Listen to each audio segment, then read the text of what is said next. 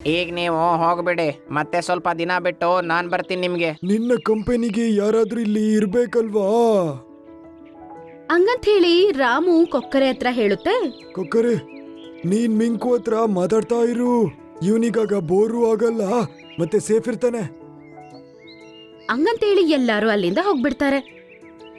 ಮಿಂಕು ಮೊಳ ಕೊಕ್ಕರೆ ಹತ್ರ ಮಾತುಗಳನ್ನ ಹಾಡ್ತಾ ಜಮೀನ ಕ್ಲೀನ್ ಮಾಡ್ತಾ ಇರುತ್ತೆ. ಅದ್ರಿಂದ ಅವರಿಬ್ಬರಿಗೂ ಸ್ವಲ್ಪನೂ ಬೋರ್ ಅನ್ಸ್ಲೇ ಇಲ್ಲ.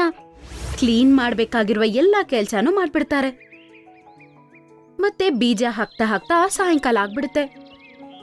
ಕೊಕ್ಕರೆ ಅಣ್ಣ, ನಾನಿಲ್ಲಿ ಬೀಜ ಅಂತೂ ಹಾಕಾಗಿದೆ, ಆದ್ರೆ ನಂಗೆ ಇವತ್ತೇ ಸಂಜೆ ಹೋಗ್ಬೇಕು. ಹಾಗಾಗಿ ದಯವಿಟ್ಟು ಇದನ್ನೆಲ್ಲ ನೋಡ್ತೀಯಾ? ನಾನು ಏನ್ ಮಾಡೋದು ಅಂತಾನೆ ಗೊತ್ತಾಗ್ತಿರ್ಲಿಲ್ಲ ನಂಗೆ. ನನಗಂತೂ ಬೇರೆ ಕೆಲಸ ಇಲ್ಲ ಮಿಂಕು, ನಾನಿದನ್ನು ಮಾಡ್ತೀನಿ ಬಿಡು. ನೀನು ಟೆನ್ಷನ್ ಮಾಡ್ದೇನೆ ಆರಾಮಾಗಿ ಹೋಗಿ ಬಾ. ತುಂಬಾ ಧನ್ಯವಾದ ಕೊಕ್ಕರೆ ಅಣ್ಣ. ಹಂಗಂತೇಳಿ ಮಿಂಕು ಮೊಳ ಅಲ್ಲಿಂದ ಆವಾಗ್ಲೇ ಹೊಟ್ಟೋಗ್ಬಿಡುತ್ತೆ.